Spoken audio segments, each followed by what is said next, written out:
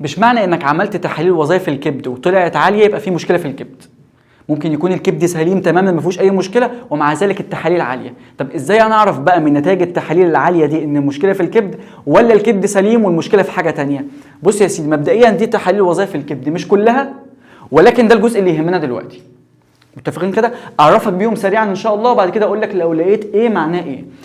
عارف تحليل الصفرة؟ الصفرة في جسمنا نوعين، في صفرة مباشره وفي غير مباشره.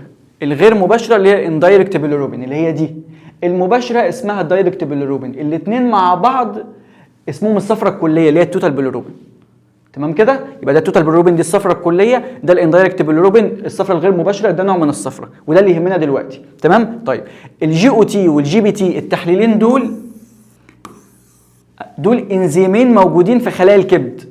ركز بقى في الكلام، الاثنين دول موجودين في خلايا الكبد نفسه. طيب الاي ال بي والجي جي تي دول موجودين في القنوات المراريه مش في الكبد، موجودين في القنوات المراريه. انت تقريبا فهمت انا عايز اقول ايه.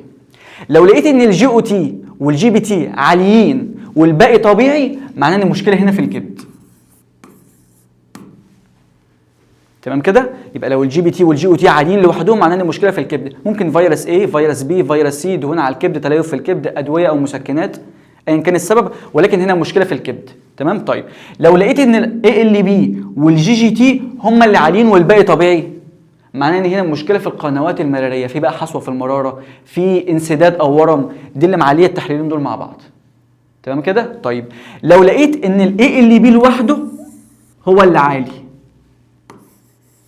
والجي جي تي طبيعي، يعني الايد ده بس اللي عالي وبقيه النتائج طبيعيه، يبقى المشكله لا في المراره ولا في الكبد، امال المشكله فين؟ في العظام. ممكن في كسور في العظام، في لين في العظام. لو اللي بيعمل التحليل ده طفل دي نتيجه طبيعيه جدا، لان الطفل عظامه في حاله نمو مستمر، فطبيعي ان الاي اللي بي يطلع عنده عادي. فالاي اللي بي لوحده معناه ان المشكله في العظام.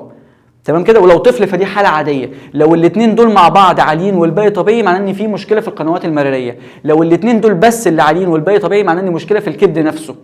تمام كده؟ طيب لو لقينا ان الاندايركت دي او الصفرة الغير مباشره هي اللي عاليه لوحدها والباقي طبيعي معناه ان المشكله هنا في تكسير الدم او حاجه اسمها انيميا تكسيريه، دي اللي معليه الصفرة، انها مش في الكبد برضه. ساهم ان الفيديو ده يوصل لغيرك، لايك وفولو، وفي هذا القدر الكفايه لمن اراد الهدايه. وكان معكم محمود نوح، سلام.